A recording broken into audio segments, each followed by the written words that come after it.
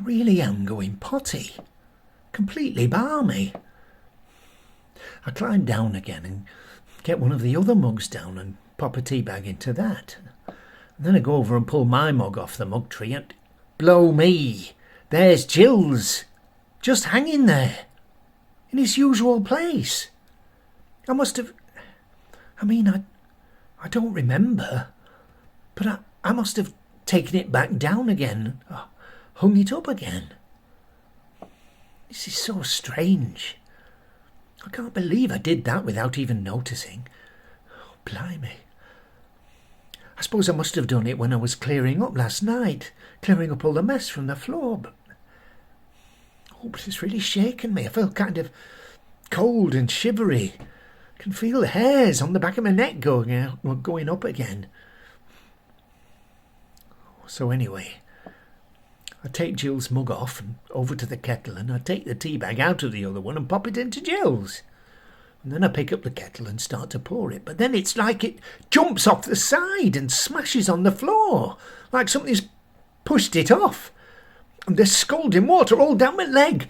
Bloody hell, that smarts. Jesus wept.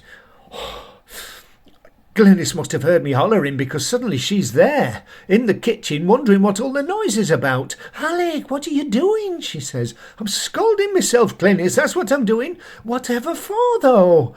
"I didn't do it on purpose." "Oh, I'm sorry, but I've got to get these trousers off." "Oh, let me help you, Alec, for goodness sake."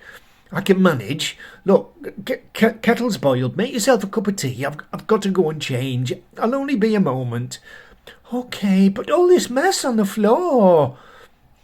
I run off upstairs, undoing my trousers as I go. Oh, it does smart.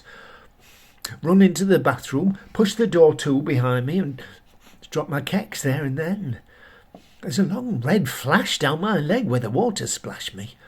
Oh, I take my bottom half off altogether, trousers, shoes and socks, and sit on the edge of the bath in my underpants with my feet in and the cold tap running.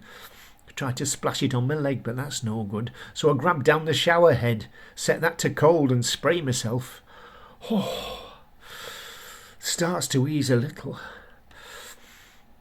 As I sit there, I'm thinking, this all feels very odd indeed. I can hear Glynis downstairs. She must be picking up the shards of china. I think maybe I touched the mug with the kettle or something. I really don't think I did. I'm not usually clumsy. Oh God, is that all part of it? The dementia? Bad memory and clumsy? Oh, I wish it were Tuesday and Lisa was here.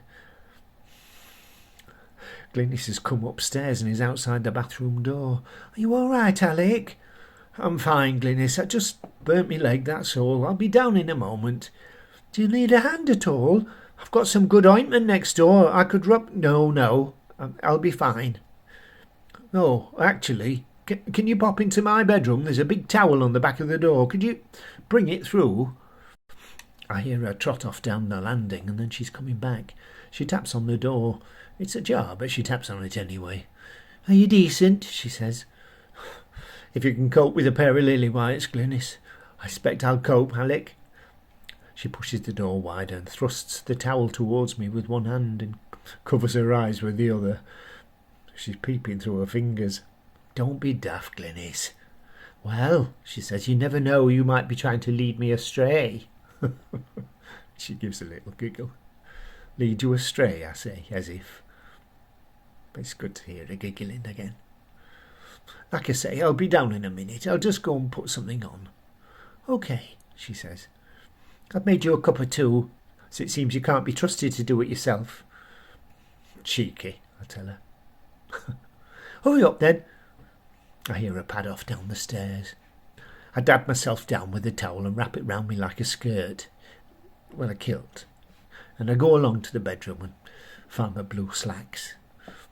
When I get downstairs, I can hear she's put the telly on very quietly. Antiques Road Trip. "Do you mind?" she says. "Mind? No, of course not," I say. "There's your tea." There's 2 cups of tea on the coffee table. Bit too milky if I'm honest, but I don't say anything. Thanks, Glyn. She looks at me, twinkles a little. Is it because I called her Glyn? I love this programme, she says. I don't know why. I watch it from time to time too, I tell her. I just love what they find. Yeah, I'd like to be clever like that, finding nice things for a bargain. It's a skill, I suppose. These experts know what they're doing, don't they? They really do. Oh, Alec. What? I'm so sorry about Jill's mug. All smashed. Well, I say. It was only a mug. Nothing special. But it was Jill's mug. That made it special, she says. I suppose so. But she wasn't sentimental about such things. She'd just move on to the next one. She wouldn't give two hoots. Just at that moment there's a noise from down the hall. A bang. What was that? I say. I don't know, she says. Was the door banging? I get up and walk down the hall to the kitchen. Yes, it was. The kitchen door is blown shut.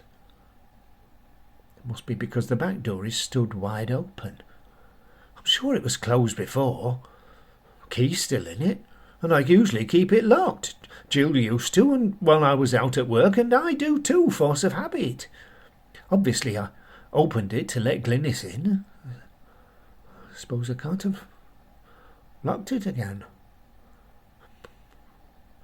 Wouldn't usually blow open, though. I shut it again anyway. Glynis has followed me through. Locking me in, eh, Alec? Yes, that's it now, Glynis. You're all mine now, I say. Oh, Alec, you naughty man.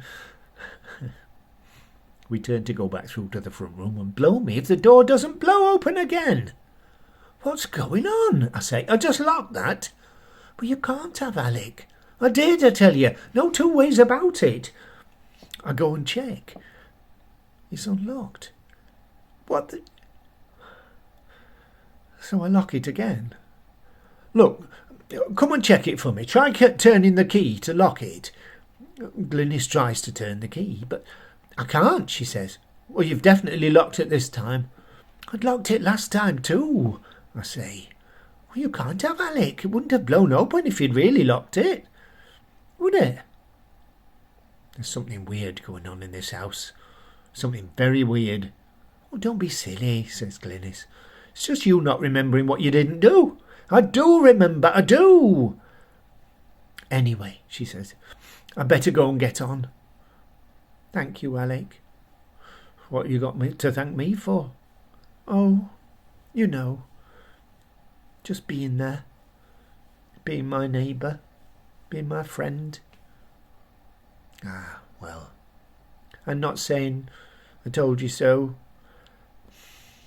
She reaches out and takes my hand, gives it a little squeeze. I'm glad you live next door, she says. So am I, Glynis. So am I. Come round again, won't you? You know properly. Come and have a visit. I will, Glynis.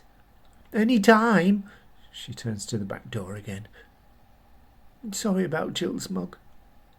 It's not your fault, Glyn. Forget about it. And I turn the key and let her out.